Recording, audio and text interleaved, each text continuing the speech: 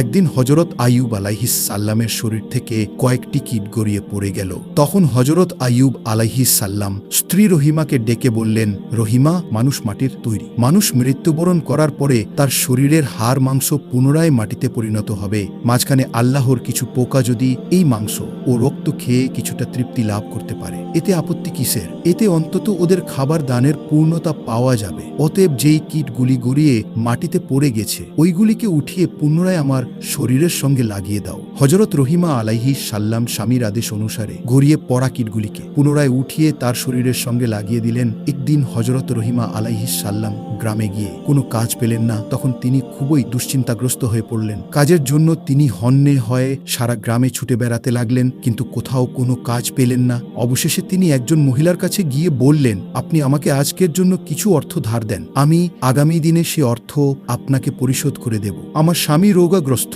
আমি আজকে কোনো কাজের ব্যবস্থা করতে পারিনি। আপনি যদি আমাকে কিছু অর্থ ধার দিতেন, তাহলে সেই অর্থ দ্বারা আমি আমার স্বামীর জন্য ঔষধ ও খাবার নিয়ে যেতে পারতাম, আর না হলে আমার স্বামীকে না খেয়ে থাকতে হবে। আপনি আমার প্রতি একটু দয়া করুন। মহিলা হজরত রহিমা আলাইহিস সাল্লামের কথা শুনে বলল, আমি কাউকে টাকা ধার দিই না।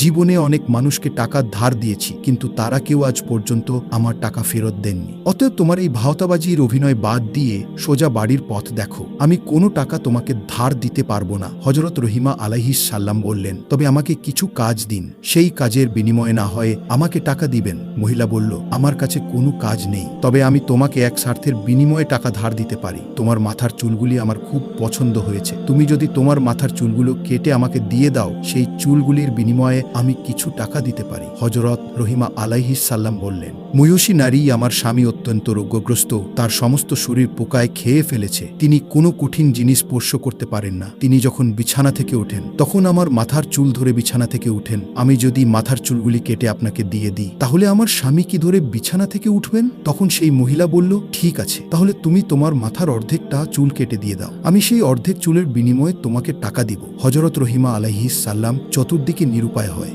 শেষ পর্যন্ত মহিলার প্রস্তাবে রাজি হয়ে গেলেন এবং তার মাথার অর্ধেক চুল কেটে তাকে দিয়ে দিলেন এবং তার বিনিময়ে কিছু অর্থ গ্রহণ করে সেই অর্থ দ্বারা স্বামীর জন্য কিছু আহার ও ঔষধ ক্রয় করে বাড়ির পথে রওনা করলেন। শয়তান যখন দেখল হজরত রহিমা আলাইহিস সাল্লাম তার মাথার অর্ধেক চুল কেটে ফেলেছেন, শয়তান এটিকে হজরত আইয়ুব ও বিবি রহিমার মধ্যে ভুল বোঝাবুঝির একটি মুখ্যম সুযোগ হিসেবে গ্রহণ করল।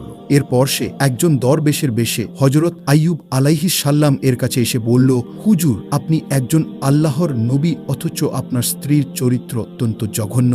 সে বিভিন্ন জায়গায় চুরি করে এবং চুরির মাধ্যমে অন্যায়ভাবে অর্থ উপার্জন করে, যার ফলে আজকে এক ঘটনায় মানুষ তাকে হাতে নাতে ধরে ফেলেছে এবং তার মাথার অর্ধেক চুল কেটে দিয়েছে। সে বাড়িতে ফিরে আসলে আপনি এর সততা দেখতে পারবেন। আমরা নবী হিসেবে আপনাকে অত্যন্ত শ্রদ্ধা করি, তাই আগে থেকেই আপনাকে এই ঘটনা জানিয়ে গেলাম। এই বলে শয়তান বিদায় গ্রহণ করল। হজরত আইয়ুব আলাইহিস সাল্লাম শয়তানের এই কথা বিশ্বাস করলেন এবং অত্যন্ত ক্রোধান্বিত হয়ে একাকী বললেন, আমার স্ত্রী এমন স্তরে গিয়ে পৌঁছেছে আমি কল্পনাও করতে পারি না। আমি আর তার উপার্জিত অর্থ খাবো না। সে আমাকে এযাবৎ অসৎ পথে উপার্জন খাইয়েছে। এই জন্য আমি আল্লাহর কাছে অত্যন্ত অনুতপ্ত। হে আমার মাবুদ রহমান ও রহিম, তুমি আমাকে ক্ষমা করে দাও। আমি যদি সুস্থ হয়ে উঠি, তাহলে অবশ্যই তাকে 100 বেতের আঘাত করব। পুনরায় আমি আল্লাহর কসম খেয়ে বলছি, আমি সুস্থ হবার পরে অবশ্যই তাকে 100 বেতের আঘাত করব। সেদিন সন্ধ্যাবেলা হজরত আইয়ুব আলাইহিস সাল্লাম স্ত্রীর খবর শুনে অত্যন্ত ভারাক্রান্ত হয়ে রইলেন। যখন সন্ধ্যাবেলা হজরত রহিমা আলাইহিস সাল্লাম ঘরে ফিরে আসলেন, তখন হজরত আইয়ুব আলাইহিস সাল্লাম তার সাথে কোনো কথা বলেন না। রহিমা আলাইহিস সাল্লাম স্বামীর এই অবস্থা দেখে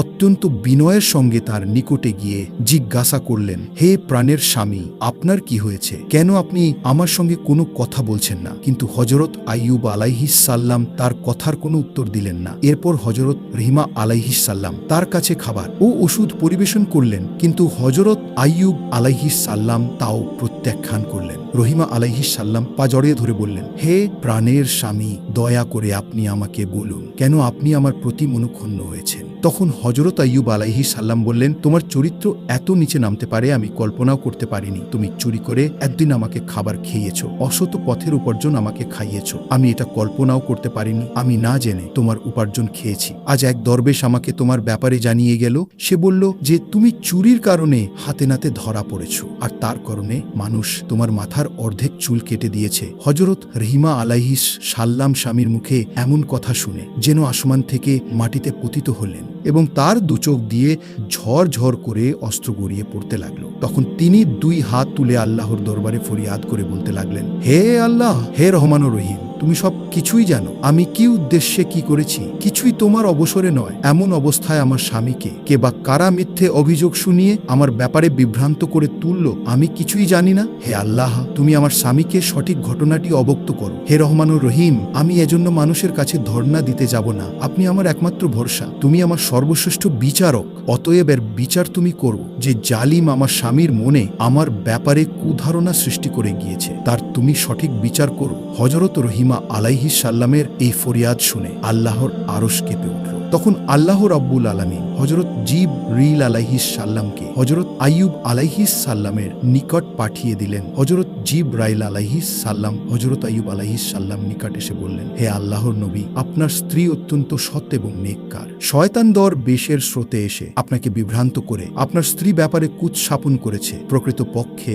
আপনার স্ত্রীর কোনো দোষ নেই। অতএব আপনি আপনার স্ত্রী পরিবেশিত খাদ্য গ্রহণ করুন এবং আপনি তার প্রতি রাজিও খুশি হয়ে যান। হজরত জিবরাইল আলাইহিস সাল্লামের বক্তব্য শুনে হজরত আইয়ুব আলাইহিস সাল্লাম রহিমাকে ডেকে বললেন, রহিমা, আমাকে ক্ষমা করে দাও। শয়তান তোমার ব্যাপারে মিথ্যা সংবাদ শুনিয়ে বিভ্রান্ত করেছিল। আর তুমি আমার প্রতি মনোক্ষণ্ণ হবে না, কারণ আমি না বুঝে এই সকল কথা তোমাকে বলেছিলাম। আর কখনোই তোমার প্রতি আমি রাগ করব না। হজরত রহিমা আলাইহিস সাল্লাম স্বামীর মুখে এই ধরনের কথা শুনে অত্যন্ত খুশি হয়ে গেলেন এবং তিনি পুনরায় পূর্ণ উদ্যমে স্বামীর সেবা করতে লাগলেন। বিবি রহিমা আলাইহিস সাল্লাম প্রতিদিনই নিয়মিত শ্রমের বিনিময়ে কিছু অর্থ উপার্জন করে জীবিকার ব্যবস্থা করতেন। শয়তান যখন নবীকে হজরত রহিমা আলাইহিস সাল্লামের সম্পর্কে অভিযোগ করে কোনো সফলতা পেল না, তখন সে একজন বৃদ্ধ মানুষের স্রোত ধরে একদিন হজরত রহিমা আলাইহিস সাল্লামকে পথিমধ্যে জিজ্ঞাসা করল, হে মা, তোমাকে এমন দুর্বস্থাগ্রস্ত দেখাচ্ছে কেন? রহিমা উত্তর দিলেন, আমার স্বামী খুবই অসুস্থ। তার শরীরে ঘা হয়েছে,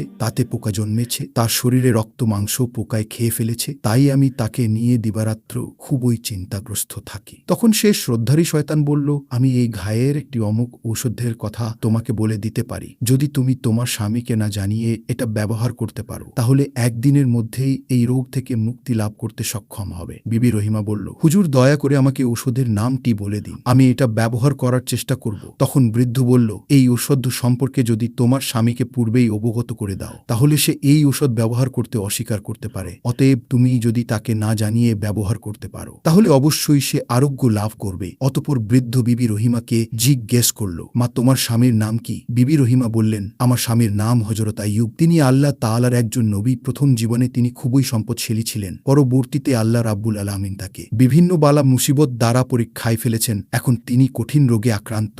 শয়তানের শ্রদ্ধারী বৃদ্ধ রহিমার কথা শুনে বলল, তাকে যখন গ্রামের মানুষেরা গ্রাম থেকে বের করে দিয়েছিল, তখন আমি তাকে একবার দেখেছিলাম। তার জন্য আমার কাছে উপযুক্ত ওষুধ আছে। বিবি রহিমা বললেন, হুজুর, দয়া করে তাহলে আমাকে সেই ওষুধটি প্রদান করুন। বৃদ্ধ বলল, তুমি এখানে একটু অপেক্ষা করো, আমি ওষুধ এখনই তোমাকে এনে দিচ্ছি। এই বৃদ্ধ চলে গেল। বিবি রহিমা সেখানে বৃদ্ধের অপেক্ষায় দাঁড়িয়ে রইলেন। কিছু সময় পরে বৃদ্ধ এক বোতল পানি জাতীয় ঔষধ এবং মাংস জাতীয় এক প্রকার ঔষধ নিয়ে হাজির হল। বৃদ্ধ রহিমার হাতে বোতল দিয়ে বলল, এই ঔষধ তার শরীরে লাগাবে এবং মাংস জাতীয় ওষুধ দিয়ে বলল, এটা ভুনা করে তাকে খেতে দেবে। দেখবে আগামী 2 দিনের মধ্যে তার শরীর সুস্থ হয়ে যাবে। তার পরের দিন এভাবেই লাগাবে। 2 দিনের মধ্যেই তিনি আরোগ্য লাভ করবেন। হজরত আইয়ুব আলাইহিস সাল্লাম হলেন আল্লাহর নবী, আমাদের প্রিয় পথ প্রদর্শক। তার প্রতি আমাদের প্রাণের গভীর আকর্ষণ রয়েছে। অতএব তারা সামান্য উপকার করতে পারলে নিজেকে ধন্য বলে মনে করব। আমি তার একজন কঠিন ভক্ত, কিন্তু শত্রুদের সতর্ক বিরোধিতার কারণে আমি তার কোনো খোঁজ খবর নিতে পারিনি। তবে আগামীতে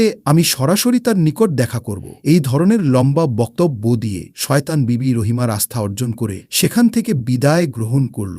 বিবি রহিমা ঔষধ নিয়ে নবীর কাছে পৌঁছালেন। প্রথমে তারা আহারা দিয়ে সম্পন্ন করেন। এরপর তিনি অনেক চিন্তা ভাবনা করতে লাগলেন, কিন্তু শেষ পর্যন্ত নবীকে না জানিয়ে এই ঔষধ ব্যবহার করতে সাহস পেলেন না। তাই তিনি নবীর কাছে গিয়ে বললেন, হে আল্লাহর নবী, আজ এক বৃদ্ধ পথের মধ্যে আমাকে এক প্রকার ওষুধ দিয়েছেন।